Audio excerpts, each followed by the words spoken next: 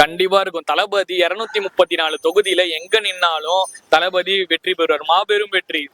அவரு மக்களுக்கு செய்யறாரு. பட் வந்து செஞ்சு என்ன இருக்கு சொல்லுங்க. ஆனா கஷ்டப்படுறவங்க கஷ்டப்பட்டுதான் பட்டுன்னு இருக்கிறாங்க. சரிங்களா? கஷ்டப்படுறவங்க கஷ்டப்படுற ஏழைங்களுக்கு வராது. பணக்காரங்க தான் முதல்ல வரும். சரிங்களா? கஷ்டப்படுறாங்க ரொம்ப ஹேண்டிகேப்ங்களுக்கு இது வாங்கி தரேன் அது வாங்கி தர சொல்றாரு.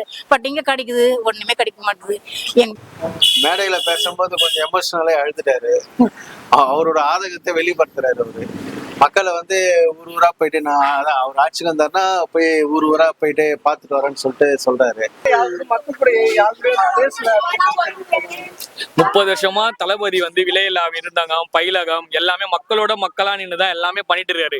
இப்ப நாங்க ஒண்ணு பண்றோம், இப்ப எங்க ஏரியால ஒண்ணு பண்றோம், விலையில்லா விருந்தகம். அது வந்து தளபதி சொன்னதாலன்றதுக்காக மட்டும் தான் நாங்க பண்ணிட்டு இருக்கோம். நாங்களே முன் வந்து பண்ணல. தளபதி சொல்லியிருக்காரு இது மாதிரி ஏழை மக்களுக்கு எதனா வந்து அடிப்படையான ஒரு விஷயம், அது உணவு, கல்வி, இதை வந்து நம்ம கொடுக்கணும். அதனால தளபதி வந்து எல்லாமே பண்ணிட்டு தான் இருக்காரு. பாருங்க எங்க வீட்டுக்காரு ஹேண்டிகேப். அவருக்கு என்னன்னா நானும் முயற்சி பண்றேன், ஒன்னும் செய்ய மாட்டாங்க. அங்க போய் ஆபீஸ்ல போய் கேட்டா அங்க தேர்த்து அமைச்சிடுறாங்க. அங்க போய் இது பண்ணா இங்க எல்லாம் நாளைக்கு வாமா இன்னைக்கு வாமா சொல்லிட்டு இது பண்ணிடுறாங்க. மகளிர் காசு வருது செஞ்சு அது வருதுங்க, வராம இல்ல. சார் செஞ்சிருக்காரு, அது ஒரு நன்றி சொல்லணும் அவருக்கு. சரிங்களா? பட் வந்து ஹேண்டிகேப், எங்க வீட்டுக்கார் ஹேண்டிகேப். அவருக்கு நான் ரொம்ப ட்ரை பண்றேன். ஒண்ணுமே ஒரு வண்டிக்கு பாருங்க, வண்டி எல்லாருக்கும் இங்க தொகுதியில இருக்காரு. அவருக்கு போய் கேட்கறேன் இது வாங்கிட்டு வா அது வாங்கிட்டு சொல்லிட்டு என்ன தேர்த்து அனுப்புறாங்க. எவ்வளவு கஷ்டப்படுற தெரியுமா எங்க வீட்டுக்காரு. இது எப்படி சொல்றேன்னா, இப்போ வட சென்னையில வந்து பெரம்பூர்ல வந்து ஸ்பெஷாலிட்டி பார்த்தோம். மக்களுடைய கருத்து எல்லாமே பார்க்கும்போது 30% டிஎம்கேவோட எக்ஸ்ட்ரா வந்திருக்கு. ஓகேங்களா? அதனால வந்து வட சென்னையில நம்ம சென்னையிலேயே அவங்க கோட்டை தான். சென்னை பொறுத்தவரைக்கும் 10 அவங்க கோட்டை தான். அதனால நம்ம என்ன பண்றோம்னா, இந்த பெரம்பூர்ல ஸ்பெஷாலிட்டி இருக்குதுனால நம்ம பெரம்பூர்ல நிக்கலாம் சொல்லிட்டு நாங்க சொல்றோம். இன்னும் தளபதி சொல்லல. ஓகேங்களா? அங்க நிக்கிறோம் சொல்லல. நின்னா நல்லா இருக்கும் சொல்லிட்டு நம்ம சொல்லுறோம். இருக்காங்க, நிஜமா இருக்கும். சப்போர்ட் இல்லாமலாம் வந்து பண்ண முடியாதுன்னு இல்லை.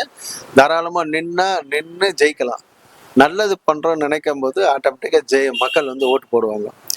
ஏற்கனவே இருந்தவங்க சரியா பண்ணல, என்ன தெரிஞ்ச வரைக்கும் எல்லாமே ஒரு மாதிரி தான் இருந்தது. இப்போ பண்ணிட்டோமே, வந்தா புதுசா ஒரு ஆளை கொண்டு வருவோம், உள்ள கொண்டு வந்து பார்ப்போம் எப்படி பண்றாங்கன்றது. இவங்களே பண்ணிட்டு இருந்தா 2 பேரும் மாறி மாறி ஆள்றாங்க. அடுத்தது ஒருத்தருக்கு இன்னொரு வாய்ப்புகள் கொடுத்து பார்ப்போம், நல்லா பண்ணுவாங்கல்ல. கொள்கை என்ன தெரியல நீங்க நினைக்கிறீங்க? பிறப்புக்கும் எல்லா உயிருக்கும், பிறப்பால எல்லாரும் சமம் அப்படின்ற ஒரு அடிப்படை கொள்கையை கூட்டு வந்திருக்காரு. இதுக்கு மேல என்ன வேணும்? ஜாதி மதம் எதுவுமே பிரிவு இல்லாம எல்லாரும் சமம் தான், பிறப்பால் அனைவரும் சமம் அப்படின்ற ஒரு கொள்கையை கூட்டு வந்து. கொள்கை தெரியலன்றாங்க. அவங்களுக்கு வந்து கொள்கை என்னன்றது ஒரு விஷயமே தெரியல. அதனால அவங்க அப்படி சொல்லிட்டு இருக்காங்க. திராவிடம்ன்றாங்க. என்ன பண்ணிட்டு இருக்காங்க? திராவிட மாடல் ஆட்சி அப்படின்றாங்க.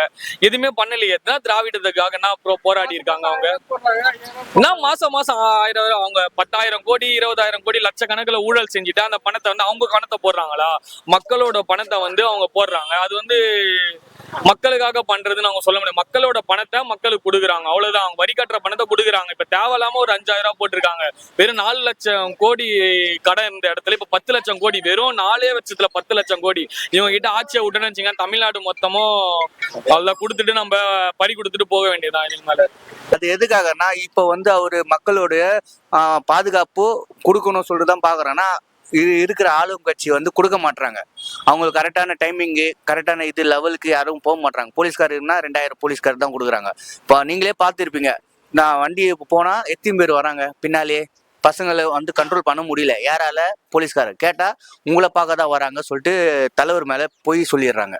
ஓகேங்களா? அவர் என்ன பண்ணுவாரு? அவர் வண்டியில போனாலும் பாதுகாப்பு இல்லை. இப்ப அதே சிஎம் வராரு, காலில இருந்து ஈவினிங்கோ வராருன்னா, காலில இருந்து உங்களுக்கு ஈவினிங்கோக்கோ போலீஸ்காரு அங்கங்கன்னா பாடி கட் மாதிரி இருப்பாங்க. நம்ம ஆளுங்க இருக்கிறாங்களா?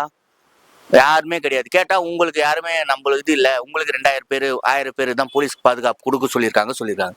அப்போ என்ன பண்ணுவாங்க? பசங்க பார்க்க முடியாம பாக்குறாங்கன்னா ஓடி வந்து பாக்குறாங்க. அதுக்கு வந்து அறிக்கை ஒண்ணு கொடுத்துருக்காரு தளபதி. யாரும் பின்னால வராதிங்க, முதல்ல இருந்து அதை சொல்லியிருக்காரு. நான் மறுபடியும் வராங்கன்னா அவங்களுடைய ரசிகருடைய இது.